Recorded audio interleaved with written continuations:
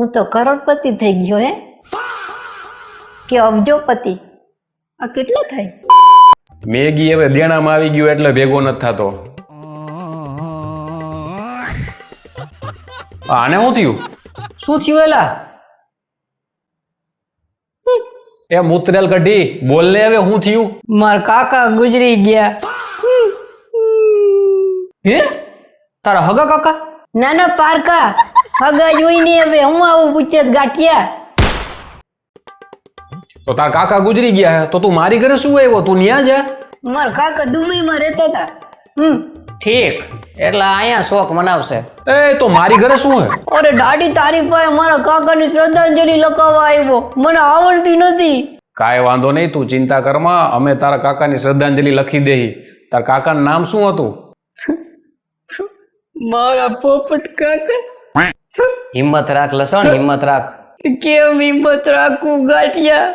ઢીલો પળમાં લસણ, ઢીલો પળમાં અમે છીએ હજી. કેમ ઢીલો ન પડું ગાંઠિયા? લસણ સમજવાની કોશિશ કરી, દુબઈમાં રહેતા હતા.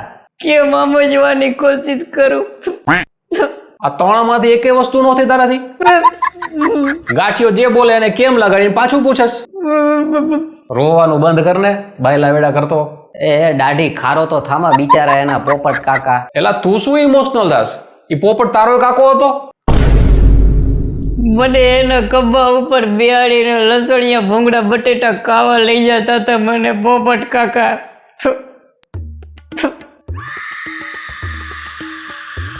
ઈ નાનો હતો ત્યારની વાત કરે હે. ઓ નાનપણમાં. તું આગળ બોલ ને. હું નાનો હતો ને તો પડી ગયો તો મારા બે દાંત પડી ગયા હતા. તો પોપટ કાકા મને દવાખાને લઈ ગયા ને ડોક્ટરને કે આના બે દાંત નવા જ નાખી દ્યો. તો મારા આ બે દાંત રહ્યા ને એ પોપટ કાકાએ નકાવ્યા હતા. હું પોપટ કાકાનો બહુ લાડલો હતો. હૈસદ ને તું લાડલો એનો, એટલે તું ચીડાવાના નામેથી બોલાવ. एक सेकंड પોપટ કાકા.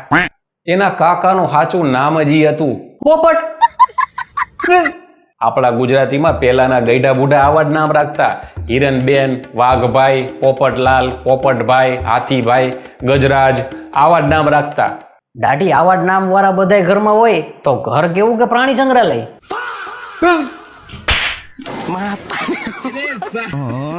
મૂંગો મરને, એના કાકા એક તો ગુજરી ગયા ને આવું બોલસ. દાદી પોપટ કાકાની શ્રદ્ધાંજલિ લખી દે ને. એક મિનિટ દાઢી, મારી પાસે હે શ્રદ્ધાંજલિ, એમાં ખાલી આપણે પોપટ કાકાને જોડી દઈએ, બરોબર? મારી પાસે જો હું વાંચું. હો, આપણા પોપટ કાકા પોતાના જમાનામાં હીરો હતા. હીરો શેરીમાં નીકળતા તો કેટલી પોપટી ઘાયલ થઈ જતી એના પર. પોપટ કાકા ગામના ચોરે બેહીને આખા ગામની બાયોની પંચાયત કરતા. પોપટ કાકા છેલ્લા દિવસોમાં પોતાની લાકડીથી કૂતરાની હળી કરતા. જાતા જાતા છેલ્લા દિવસોમાં 14 ઇન્જેક્શન પણ ખાતા ગયા. પોપટ કાકા દેશી બુંગિયા પીને હોકળામાં પડ્યા રહેતા, પણ સુવા ઘરે જતા. આજે પોપટ કાકા આપણી વચ્ચે નથી, પણ એમની રંગીન જિંદગીના કિસ્સા હંમેશા યાદ રહેશે. ભગવાન એમની આત્માને શાંતિ આપે અને સ્વર્ગમાં પણ અપ્સરાઓની પંચાયત ચાલુ રાખે. ઓમ શાંતિ.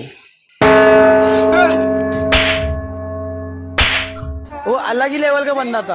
દાદી પોપટ કાકાએ વસિયત મોકલાવી હતી એના ગુજેરા પેલા. મેં હજી વાંચીએ નથી. હે તો વાંચ તો ખરા, એમાં શું લખ્યું હે? તારા કાકાએ દુબઈમાં દેણા કર્યા છે ને તો તારે ચૂકતા કરવા પડશે. એલા હા લસણીયા, તારા કાકા અહીંયા દુબઈમાં ક્યાંય હલવાના તો નહોતા ને? ઓલા શેખ તારા હાથ પગ કાપી નાખશે. દુબઈના શેખ તને ઉપાડી જાહે. મને બીવડાવો તો માં, મને વાંચવા તો દ્યો એમાં શું લખ્યું હે.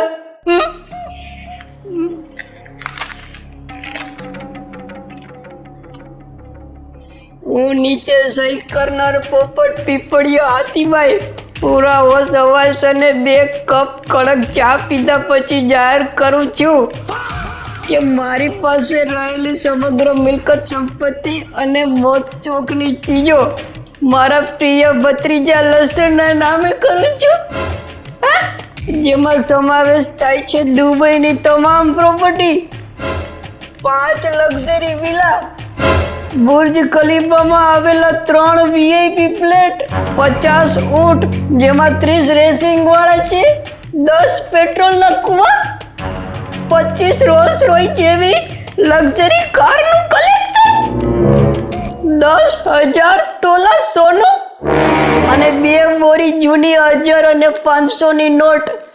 કાઉન્સમાં જો ચાલતી હોય તો 5,000 પર્સનલ બોડીગાર્ડ, 1,000 મિલિટરી સોલ્જર. મારી છેલ્લી ઈચ્છા એ છે કે લસણદાર રવિવારે ફાફડા જલેબી ખાય અને મને યાદ કરે. એ તો હું એમાંય ખાતો હોય. અને જો કોઈ સગા સંબંધીઓ આ વસિયત સામે વાંધો ઉઠાવે તો દુબઈની મારી પોતાની ફોર્સ ને હું કહી દઉં, ઈ સંભાળી લેશે દુબઈના રણમાં લઈ જઈને. હસ્તાક્ષર પોપટ પીપળિયા હાથીભાઈ, પોતાના જમાનાનો લેજેન્ડ માણસ.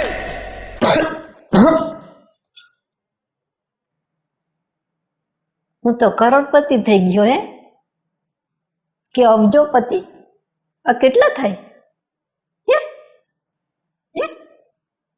હું તમને બેને એક એક ઊંટ આપીશ.